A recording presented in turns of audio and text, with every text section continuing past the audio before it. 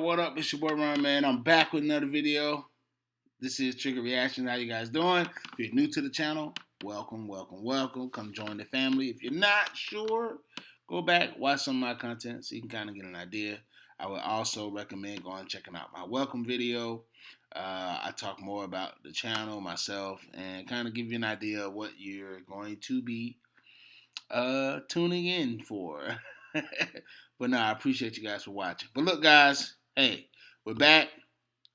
Russell Brand Part 2. Russell Brand goes to Fox News. Go watch my last video I just uploaded, Part 1. And yeah, check it out. And come here and watch this one if you haven't already watched the first one. But look, let's get right into it, guys. You guys already know what's going on. If you don't, basically, Russell Brand went to Fox News. He spoke with Tucker Carlson and a few others. And basically, he's seeing that there is common ground. We can come together, whether you're liberal, conservative, Republican, Democrat, right? There's a common ground. We all don't want authoritative, dictative institutions and corporations determining and running we the people. That's our common ground. That's it.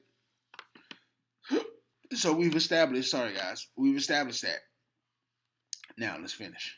Back in front, there's a pendant there, and it's gone off to the, wait a minute, oh no, it's swung to the right. And if you remove the gargantuan motivation for profit, and I'm not talking about ending trade and profit and all of those kind of extremist arguments, I'm simply saying this is a behemoth, this is corporate gigantism, this is an outgrowth, this is a tumour. This has gone too far, and it is possible to change it. People that say it's not possible to change it are invested in it staying the same. You will notice that. In defence, military contractors have spent $2.5 billion on lobbying over the past 2 decades. They split their checks more or less evenly between the Democrat and Republican candidates, almost as if they've anticipated the possibility that either of those parties could get into power. Oh no, we've spent all our money on the Republican parties. What if the Democrat Party get into power? Should we give them some money as well? Oh yeah, that means whoever gets in, our outcomes will be served. That's not right-wing rhetoric, except unless you feel that what right-wing means ultimately is a position that's anti-government and anti-establishment. And I know some of you do. I know that that's exactly what many of you feel. Let me know in the chat and the comments. But what I'm interested in are systems of organisation that are beneficial to the people that they purport to serve and are accessible to the people that they purport to serve. Do you not think it's possible when you see things like Uber and all of these new tech apps that ultimately aggregate various powers, whether it's a car or a house, centralise it and allow it to be distributed, meaning things are possible now that just didn't used to be possible? Don't you think that could be applied elsewhere to political power, that you could have systems? Agreed, but let him finish. Hold on. Where you vote for how utilities are run, systems how you vote for how resources are spent. Oh no, that would mean you wouldn't need people hundreds of miles away or thousands of miles away, in the case of the United States of America, that are lobbyable, biasable, corruptible, making decisions with... Why haven't we used that? Why do we still have to go to like a school or something to vote? Why haven't voting become part of the internet? Why? It's easy to track, it's easier to manage, and we don't need too many hands involved. And then we have cyber security and people who can make sure that that isn't tampered with, other than someone being down there physically and taking a whole file cabinet full of votes and just getting rid of it. Why haven't voting and politics, not just politics, but why haven't policy and voting and different things become innovated by the internet? Why?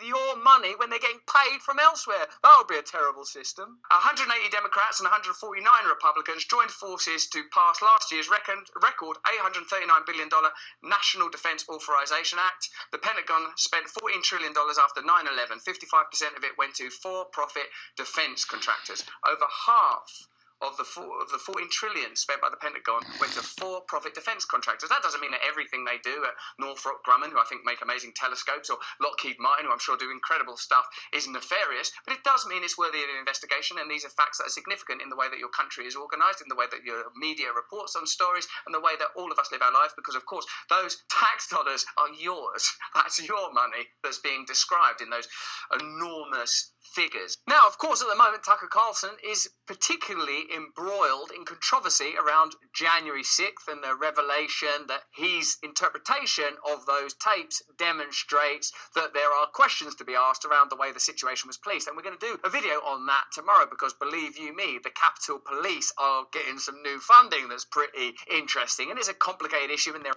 And go check out the January 6th thing. It's basically what happened at... it's basically, and the gentleman, I want to get his name right, he was arrested because basically he was escorted by the police to walk through one of our private public buildings where a lot of policy gets passed. He was able to just walk through with police. And that gentleman was protesting. He was protesting, which he wasn't wrong. And he was also sentenced to like 42 months, which is crazy. It's crazy. So you guys can look into that. Just type in on YouTube January 6th incident, and you'll see what he's talking about. And Tucker Carlson spoke out about it, of course. But yeah, just to get some clarification. There are many, many perspectives on it. But you, I'm sure, like me, would agree that to be able to say that kind of stuff on a mainstream channel is helpful and advances the conversation and is generally, I would say, conciliatory in tone. Elsewhere in the chat, I explicitly say that I believe people should be able to identify however they want, express themselves however they want, as long as they don't hurt anyone else, obvious kind of stuff like that. And I specifically spoke to Tucker around the issue of homelessness. The only thing that I've ever seen, sir, that I would call you up on is when I've seen you talking about homelessness, and I feel that when talking about the subject of destitution and people that live in poverty, that the basis for that conversation should be love, and also for all of the displaced people in the world, that the foundational principle should be love. I'm not claiming that I'm able to maintain that line when something offends me for some cultural or personal reason, but I know that this is what I aspire to. I agree with that, and I feel that drug addicts living outside are used as political pawns to destabilize society. I feel like they're not treated on purpose. The mentally ill live outside and die outside and are left to do that because it's useful for the people in power to draw attention away from their own misdeeds. And I'm angry about it, but I'm not angry at the fentanyl addict. I'm angry at the industry that's grown up around him that doesn't treat any of his needs, that leaves him to die alone, and that becomes rich doing so. And that the politicians who posture about his death when they could have prevented it. And unfortunately, I get so overheated, I get so pissed that in many cases I have allowed myself to sound like I'm mad at the junkie when I'm certainly not. As a sober person, I have deep empathy for anyone who's lost an addiction, particularly on the street. So there we go. Tucker Carlson, who on a personal level... I think we all can agree. I think most people that aren't evil and have a foundation of Christ, right? We always, it's love. We're not judging anyone. We don't want people to suffer, or we want to help people. We want to serve. We want to serve. That's what we're here to do, people. Serve. And like Tucker Carlson said, I think he's not blaming the person with the addiction or the problem. It's the systems around it that's benefiting off of that person's suffering. Wow, isn't that crazy? Wow. That's what's going on. Our government benefits off of suffering, which means they earn money, and the focus is on that person or that issue instead of the stuff they're doing behind the scenes, which is crazy.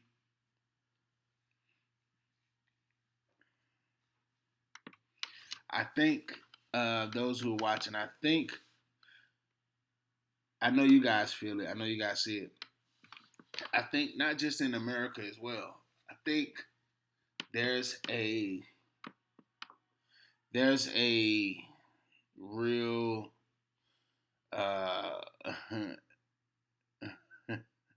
the revolution will not be televised.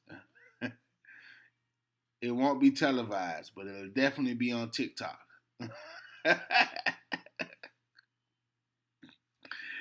Oh man, no. I think we all are seeing what's going on and what's happening to us, and as a people, whether in America or the UK,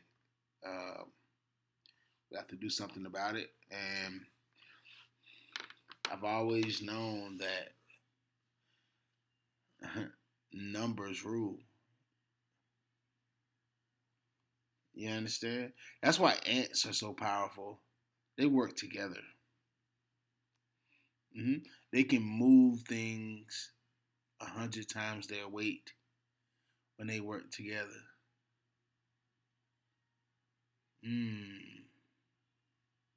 It's a message in there, guys. Anyways, let's finish watching the video.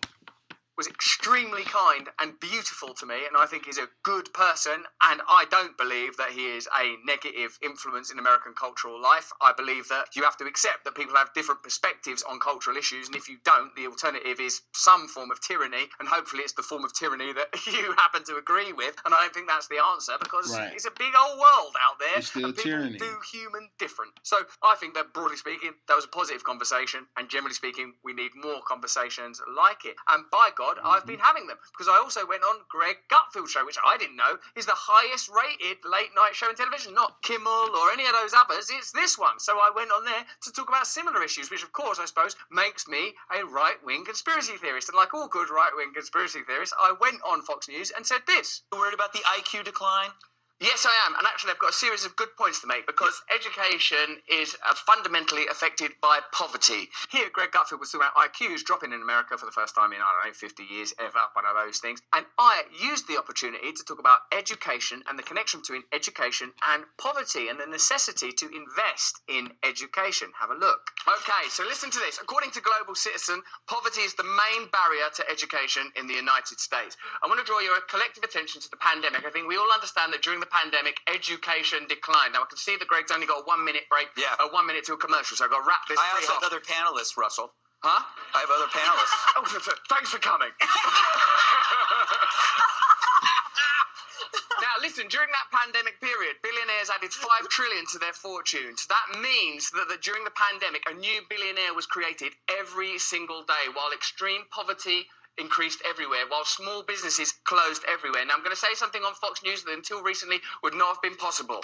As President, Donald Trump's tax cuts helped billionaires pay less taxes than the working class in 2018. For the first time in American history, the 400 wealthiest people paid a lower tax rate than any other group. Right-wing fascists, come on. But check this out, Fox News viewers, because you're going to like this bit.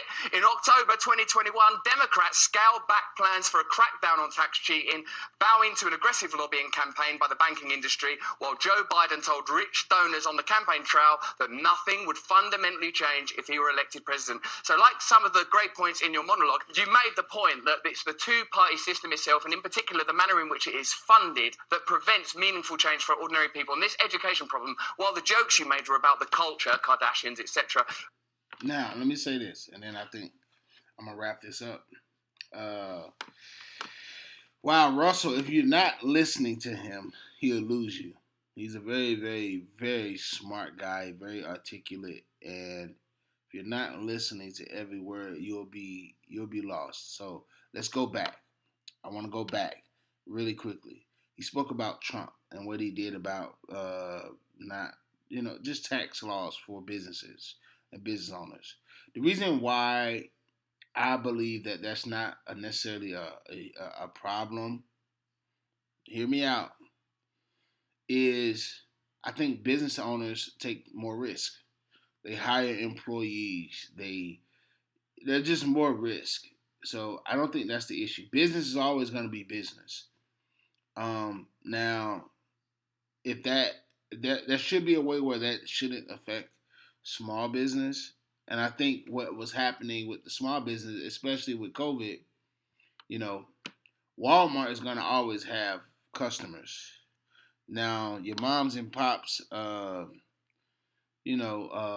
candle making bistro, that's going to suffer because government told everybody to stay home. Walmart didn't do that. Walmart said, I have a lot of money invested in this economy, so they stayed open through it all.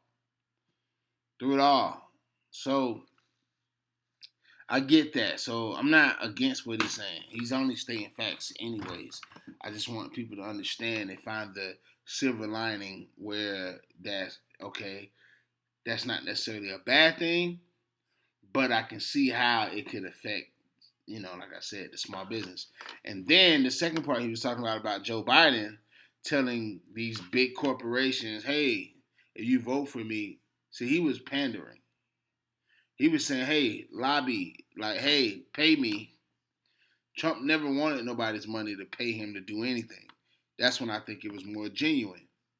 He didn't need no people to lobby and get money from.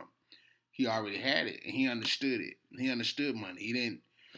He was a billionaire before he came into politics. Does that make sense? So he never had to. He's been a shark. He's been a guy to, do what he wants to do and what he believes is right. These other people, they don't go by what's right. They go by what you can pay them and take care of their pockets. But let me know down below, guys, in the comments. How do you guys feel about it, man? Go watch this full video, man. It's about 20 minutes long. I got through all of it, really. He only has a few more points. I'll leave the original video down below. I'm limited on time, guys. They only give me about 15 minutes to shoot a video for now. Because of your guys' support, we're moving up, so I'll be able to record as long as I want, which I can't wait for. That's when I'm going to introduce the podcast. But anyways, I love you guys. Thank you guys for watching. Thank you guys for supporting me. Definitely leave down below. What do you think about this, man? Does Russell Brand have some points? Is he the mediator or the mediator of median? Is he the median of mediation for what we need, I think, to bring us together as a people? I don't know. Leave that down below, guys, in the comments.